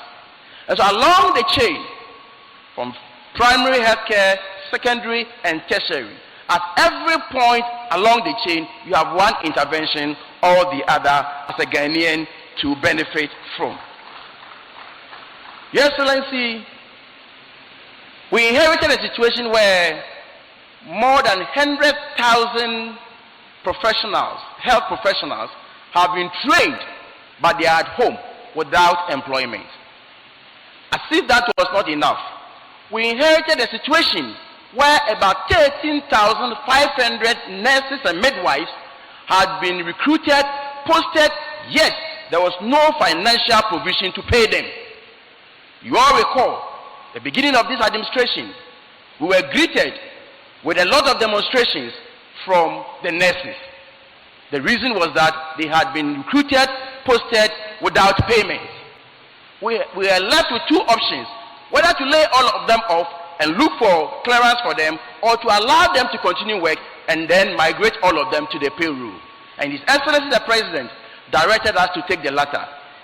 Your Excellency, I am happy to report that as I speak now, all the 13,500 nurses have been migrated to the payroll and they are being paid. Not only are they being paid, Your Excellency, there were this propaganda in the system that we have allowed them to work for 10 months and we're not going to pay them. We're not going to pay the arrears. Your Excellency, at the end of July this year, all arrears have been paid. Now, the solution to absorb these professionals at home. We have 3 main approaches. We are signing MOUs with other countries, the Kitts and Nevis, the Barbados, the Jamaicans, the US, the UK, and since we took over, we've moved about 3 batches. And so we are migrating some of them, facilitating the movement of these health professionals to other countries, and we are also absorbing some of them in our health centers. We have concluded, we are looking at absorbing about 16,000. We have concluded recruitment on 8,000, and going forward, we are going to do additional 8,000 of them. Your Excellency, I can see Honorable Felix on his feet. Your Excellency, as I speak to you now, out of the 10 regional hospitals we have in this country, the NDC constructed 9 out of the 10 regional hospitals. And as I speak to you now, we have 6 regions without regional hospitals. In the 2026 budget, allocation has been made to commence the construction of regional hospitals in 3 regions: the Savannah, Western North, and OT. And in 2027, the additional 3 will also be constructed. Agenda 111, lastly. Your Excellency, unlike your first term in office, almost all the projects you left behind, we had dedicated sources of funding. Talk about the Aerojet, talk about the NMS project. But in the case of Agenda 111, no sources of funding. We have invested about 4.8 billion Ghana cedis, and not a single one of them has been completed or in operation. But you have instructed us that none of these projects should be abandoned. So as I speak to you now, we have selected 35 of these projects that government is going to invest in for its full completion and operationalization. Within the 35, the Upper East region has 4 of the 35. 4. So it means that you have more than other regions, because we have 16 regions, so if we are even sharing, it will not be more than 2 per region, but then you have 4 of these facilities. So Your Excellency, again, one very important thing, there is an instrument or equipment which is very vital in fighting non-communicable diseases, cath lab, or we call it cardiology centers. In the northern part of the country, all the 5 regions in the north, there was none. As I speak to you now, we are constructing one at Tamale Teaching Hospital to take care of the northern part of the country. We are constructing one at Kolebu. We have finished the Kolebu one, we've commissioned it, and Komfanoche is also progressing steadily.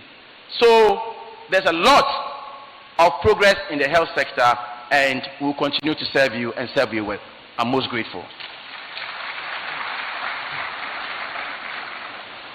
Thank you very much, Honorable Minister responsible for health. President Mahama promised whilst campaigning to be president that he will ensure the timely release of adequate resources to municipal or metropolitan, municipal and district assemblies.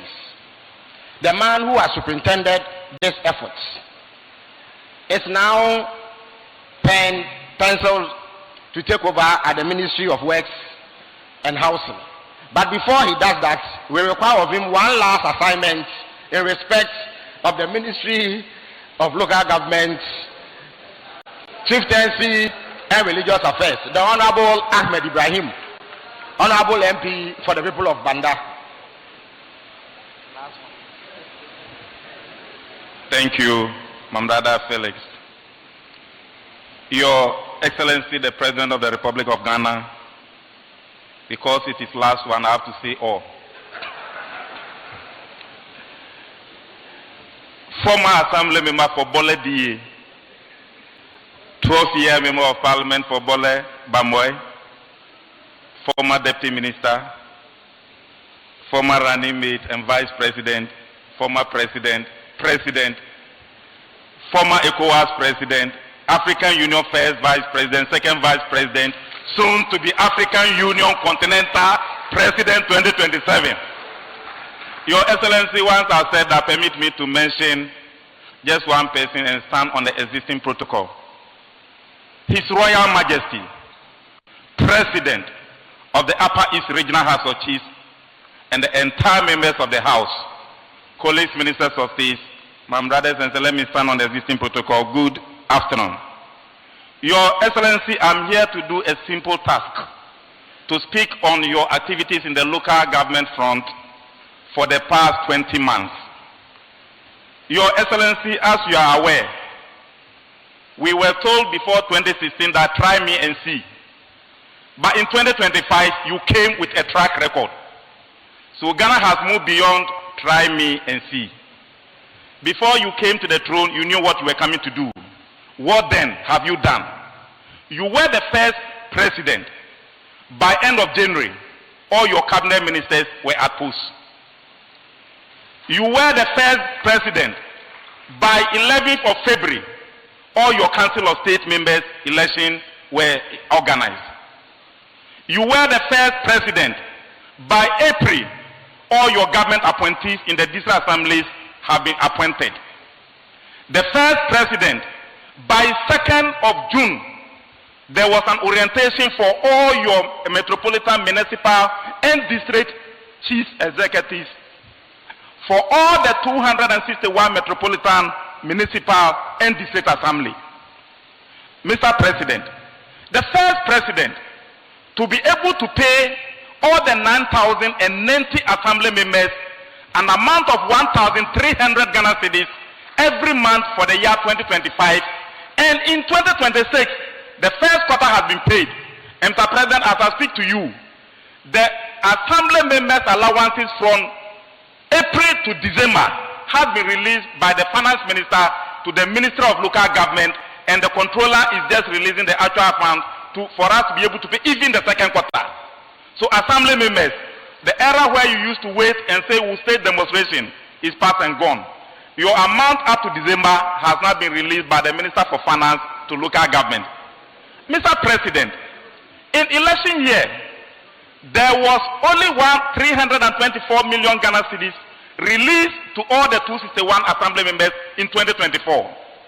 But as I speak to you, from 2025 to date, your government has released an amount of 6.2 billion for 2024 and 4.4 billion for 2025 and 4.4 billion for 2026.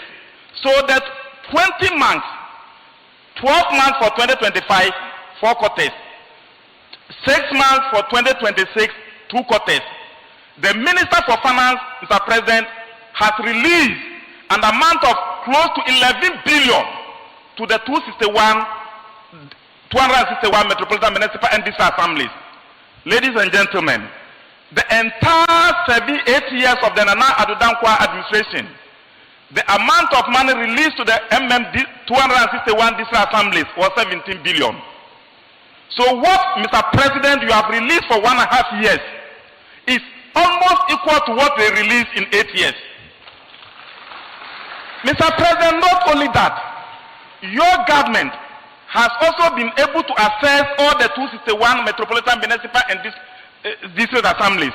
But the problem is, since 2022, 2023, 2024, the MPP government could not even assess all the district assemblies. So there was no D-part.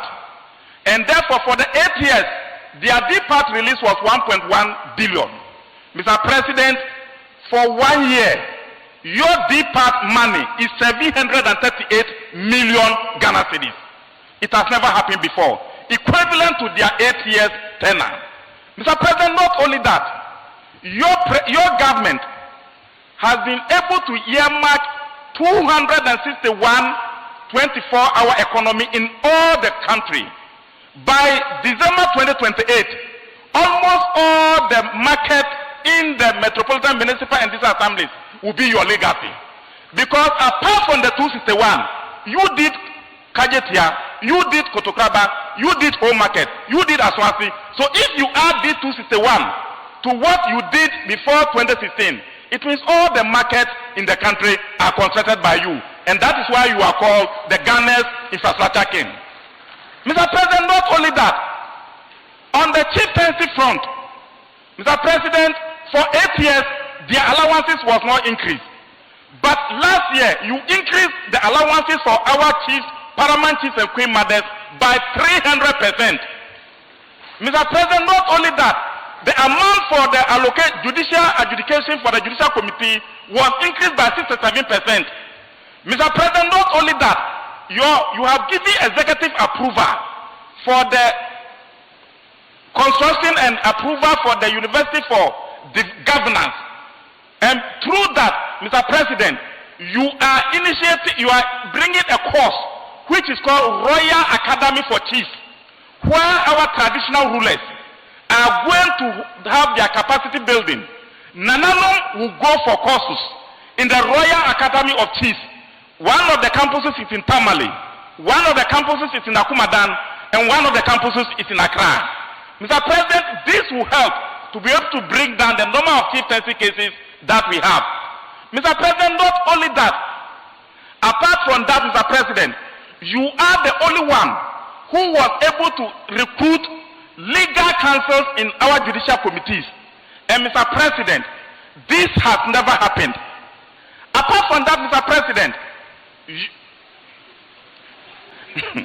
apart from that, Mr. President, you are the only president who has been able to, within this short period of time, you've given approval for the review of the Local Governance Act 936, and not only that, the University for Governance Studies, not only that, another law that, Mr. President, we are reviewing is the Land Use and Spatial Planning Law, which is to be called Town and Country Planning Act.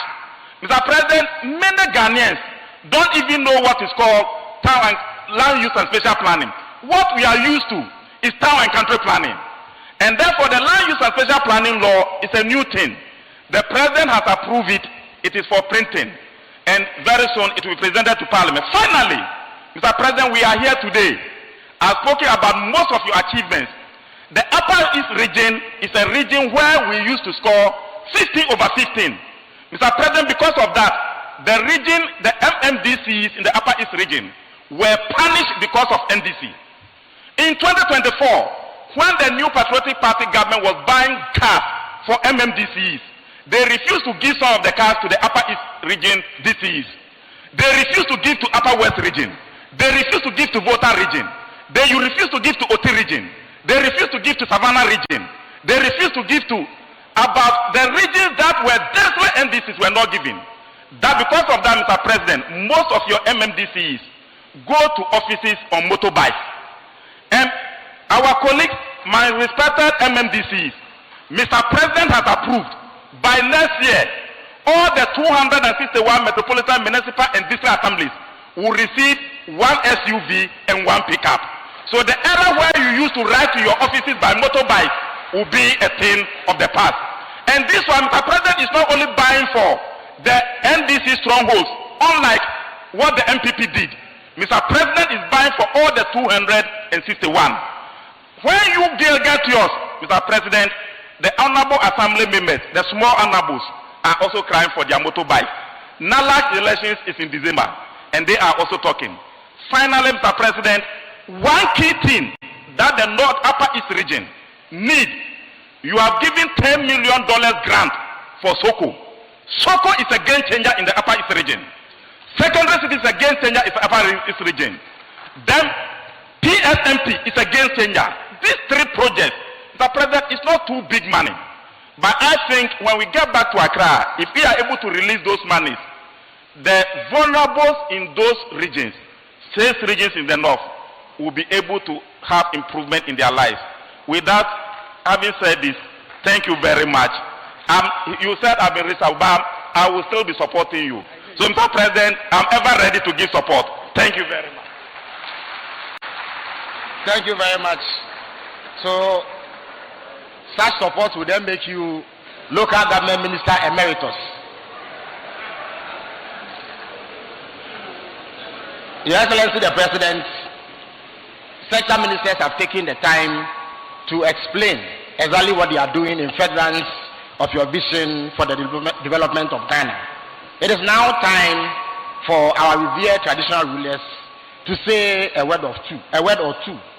And to do that on behalf of the Upper East Regional House of Chiefs, I have the pleasure of inviting the Chianapio, Pe Ayagetam III. Please speak. Yeah. No? Oh, stand there.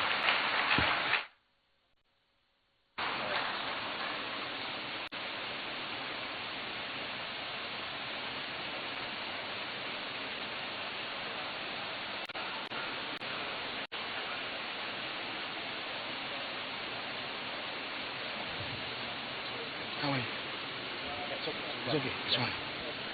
It can be.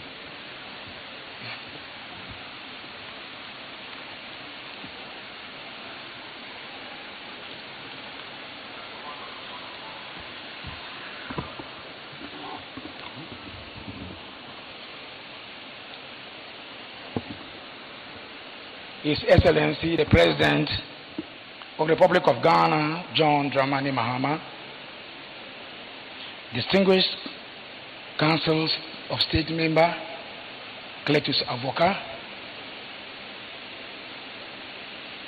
the Upper East Regional Minister and his colleague ministers, esteemed members of the Upper East Regional House of Chiefs and the religious fraternity, the Upper East Parliamentary Caucus, MMDCEs, heads of institutions, the media, distinguished ladies and gentlemen, other protocols duly observed.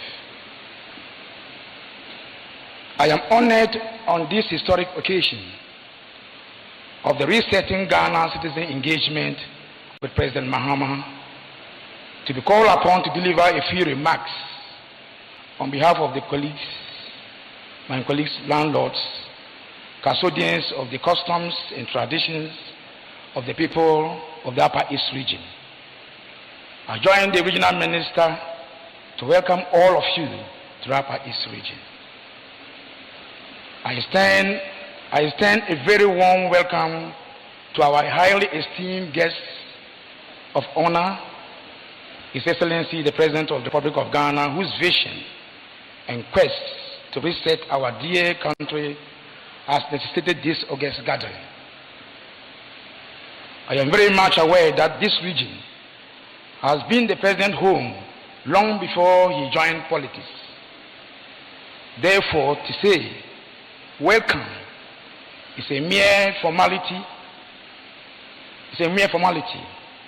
Earlier on in June this year, the sons and daughters of the Upper East region converged this very auditorium to conduct what, from the perspective of a traditional ruler, was a spiritual exercise.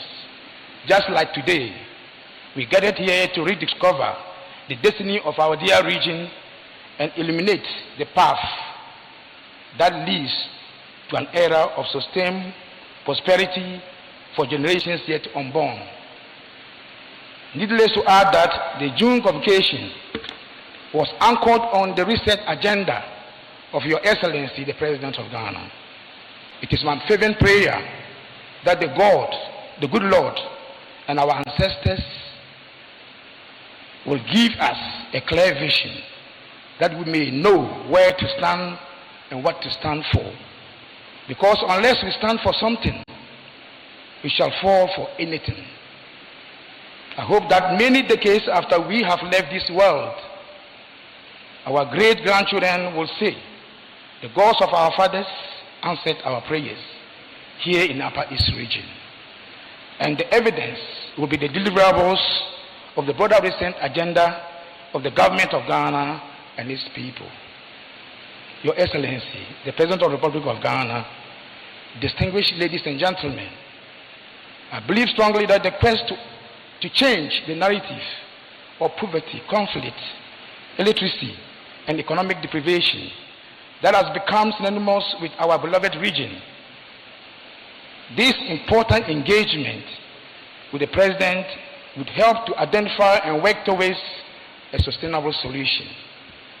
The Upper East region is endowed with rich human and natural resources, including gold and a large fertile agricultural land such as the Fimbisi Valley and many others.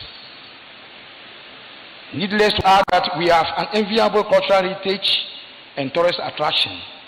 The Tongo Hills and shrines, Crocodile Pond at Paga are but a few landmarks of historical and cultural significance. Mr. President, it is with this profound pride that I reiterated our gratitude to you for reinforcing Ghana's position as the Black Star of Africa by leading the continent in the inevitable advocacy for reparation. I dare say that you are the Kwame Nkrumah of our time. Back home, you have not relented in leading the charge to improve the lives of people. In a matter of 2 days, you have inspected ongoing constructions of critical infrastructure, including the site for the Bolgatanga Airport, the Nabongo-Chuchuluga-Tumuru Road, the 4-story laboratory complex at the University of Technology and Applied Sciences in Nabongo, inspection of the completed E-block at Paga, the implementation of the free primary health care was born in Upper East yesterday at Zorongo. We therefore serve as the pioneering region to deliver the dream and vision of His Excellency the President. We shall not disappoint you, even though there will be setbacks and challenges. These setbacks will be solved to serve as lessons learned to other regions to pave way for the smooth implementation of your vision, Mr. President. Your Excellency, we are certain that the free medical care would strengthen public confidence in healthcare, reduce financial barriers, the amount individuals and families have to pay directly for medical treatment. It will also support vulnerable groups and ultimately promote universal health coverage. We are internally grateful for these interventions. Your Excellency, the President of Ghana, distinguished ladies and gentlemen, there is a lot to be said, but time is not an ally. Therefore, permit me to end here on a note of immense gratitude to you and your hard-working team. Our son and representative of the President, the regional minister, my colleague traditional leaders, ministers of state, and all herein gathered for contributing in diverse ways to make this memorable occasion worthwhile. Let us not wait for change to come to us. Let us be the change we want to see together. With commitment and determination, we can turn our challenges into opportunities and build a better future for our region and our country. Thank you for your audience, and may we go forward with purpose, and may God Almighty bless our efforts. Thank you.